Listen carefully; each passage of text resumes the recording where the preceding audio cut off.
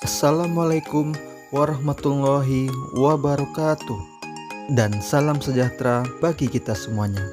Halo anak-anak semuanya, selamat datang di video pembelajaran seni budaya kelas 7. Apa kabar anak-anak semuanya? Semoga tetap dalam keadaan sehat walafiat ya. Senang rasanya kita belajar seni budaya bersama dengan Bapak M. Ayatul Hidayat MPD, Guru SMP Negeri 37 Pekanbaru. Sebelum belajar, anak-anak Bapak mempersiapkan alat tulis dan buku cetak pelajaran seni budaya. Dan sebelum mulai belajar, kita berdoa dulu ya, sesuai ajaran agama masing-masing. Nah, materi pembelajaran kita hari ini bab 9, yaitu menerapkan ragam hias pada bahan tekstil. Adapun peta kompetensi pembelajarannya sebagai berikut.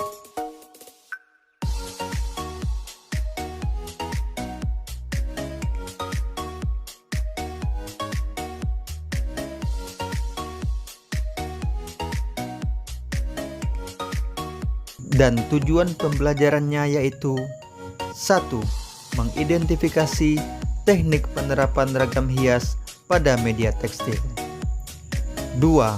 Mendeskripsikan teknik penerapan ragam hias pada media tekstil. 3. Mengekspresikan diri melalui penerapan ragam hias, flora, fauna, dan geometris pada media tekstil. 4. Mengkomunikasikan hasil karya penerapan ragam hias flora, fauna, dan geometris pada media tekstil secara lisan maupun tulisan.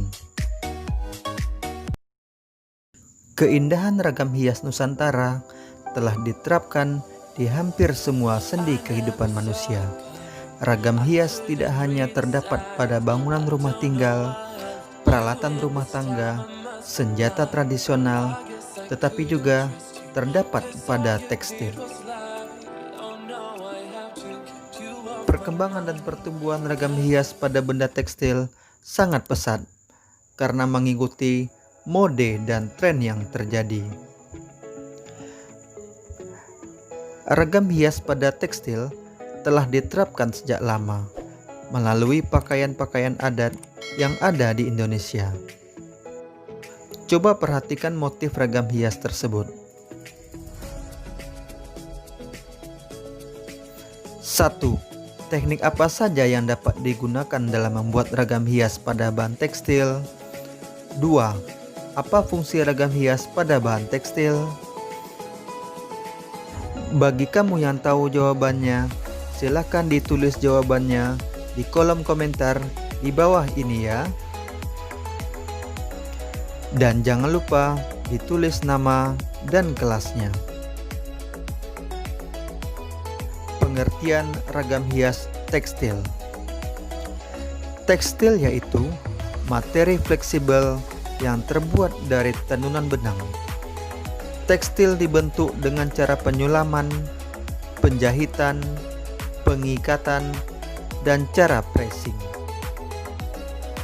Ragam hias tekstil adalah karya seni rupa dengan mencontoh bentuk flora, fauna, figuratif, dan geometris yang dibuat pada kain. A. Penerapan ragam hias pada bahan tekstil.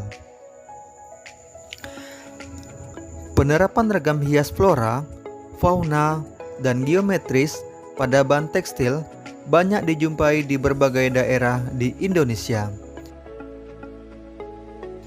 Penerapan ragam hias pada bahan tekstil dapat dilakukan dengan cara membatik, menenun, membordir, menyulam, dan melukis. Masing-masing cara tersebut memiliki perbedaannya. Berikut penjelasannya. 1. Membatik. Berdasarkan etimologi dan terminologi, istilah batik berasal dari bahasa Jawa yang merupakan rangkaian dari kata mbat yang artinya ngembat atau melempar berkali-kali, dan tik yang artinya titik.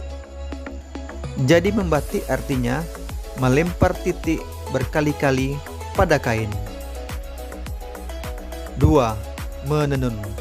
Menenun adalah proses pembuatan barang-barang tenun dari persilangan 2 set benang dengan cara memasuk-masukkan benang pakan secara melintang pada benang-benang lungsin. Bahan tekstil dibuat dengan menjalin benang pakan dan lungsin dengan pola-pola jalinan. 3. Membordir. Bordir adalah hiasan yang dibuat di atas kain atau bahan-bahan lain dengan jarum jahit dan benang. 4. Menyulam. Sulaman adalah suatu kerajinan perupa hiasan yang dibuat di permukaan kain atau bahan lain dengan menggunakan benang atau jarum. Dapat dipahami bahwa sulam adalah hiasan yang dibuat di atas kain menggunakan jarum jahit dan benang dengan tangan, sedangkan bordir menggunakan mesin. 5. Melukis.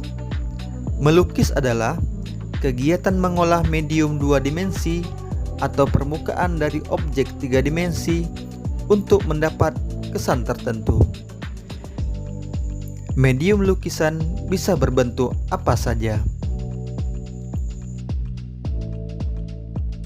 Buat bahan tekstil bisa dilakukan baik dengan alat tenun tradisional maupun modern. B. Jenis dan sifat bahan tekstil. Jenis tekstil sesuai bahannya dapat dibedakan atas 2, yaitu bahan alam dan bahan buatan. Yang mana bahan alam berasal dari kapas, serat ulat sutra, dan bulu domba. Sedangkan dari bahan buatan berasal dari dakron, nilon, dan polister. Jenis-jenis bahan tekstil ini memiliki sifat yang berbeda-beda sebagai berikut.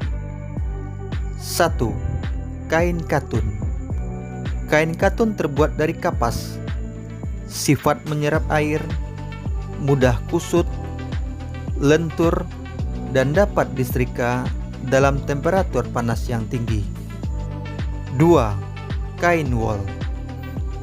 Kain wol dibuat dari bulu domba, sifat sangat lentur, tidak mudah kusut, dapat menahan panas apabila dipanaskan menjadi lebih lunak. 3. Kain sutra. Kain sutra terbuat dari kepompong ulat sutra, memiliki sifat lembut, licin, berkilap, lentur, dan kuat, banyak menyerap air, dan memiliki rasa sejuk digunakan. 4. Polister dan nilon. Polister dan nilon terbuat dari bahan benang buatan yang memiliki sifat tidak tahan panas, tidak mudah kusut, tidak perlu disetrika, kuat, dan dicuci cepat kering. C. Jenis dan bahan pewarna tekstil. Bahan tekstil dapat diberi warna baik dari bahan pewarna alami maupun buatan. Masing-masing bahan pewarna memiliki sifat dan jenis yang berbeda-beda.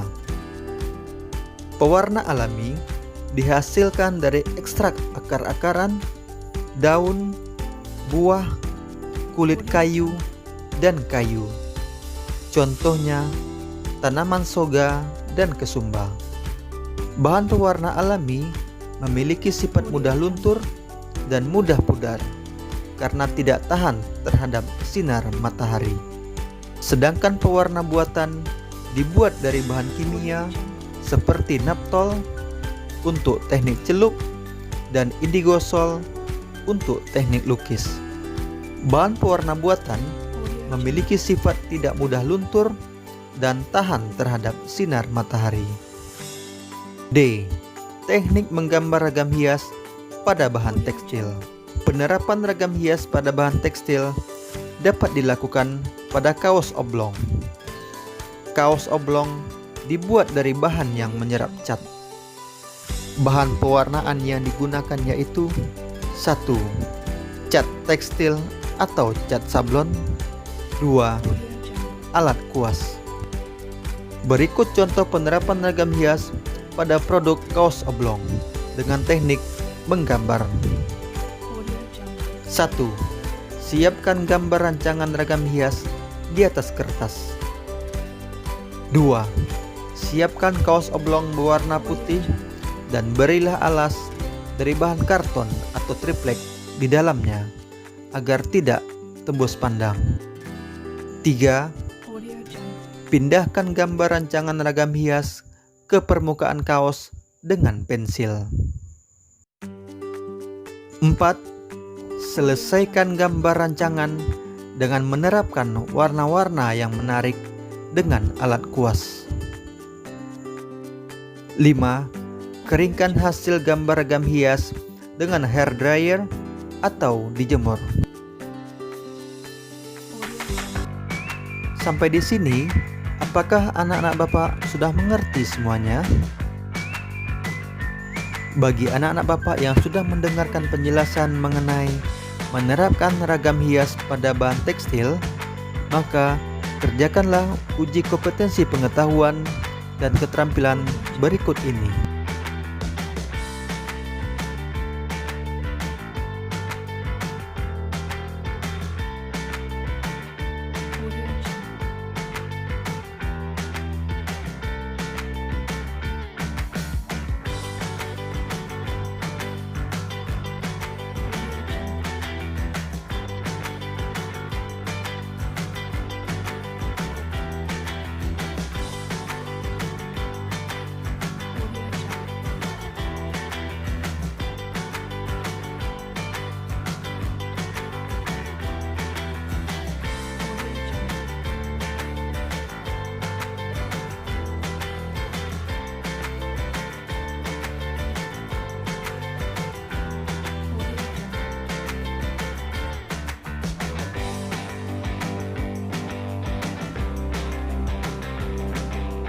Demikianlah pembelajaran materi menerapkan ragam hias pada bahan tekstil pada hari ini ya. Semoga bermanfaat bagi anak-anak Bapak semuanya.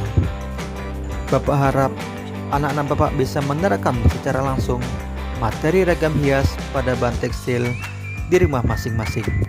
Sampai jumpa pada video selanjutnya dan tetap semangat belajar dan berkaryanya ya. Dan Bapak akhiri pembelajaran kita pada hari ini. Wassalamualaikum warahmatullahi wabarakatuh.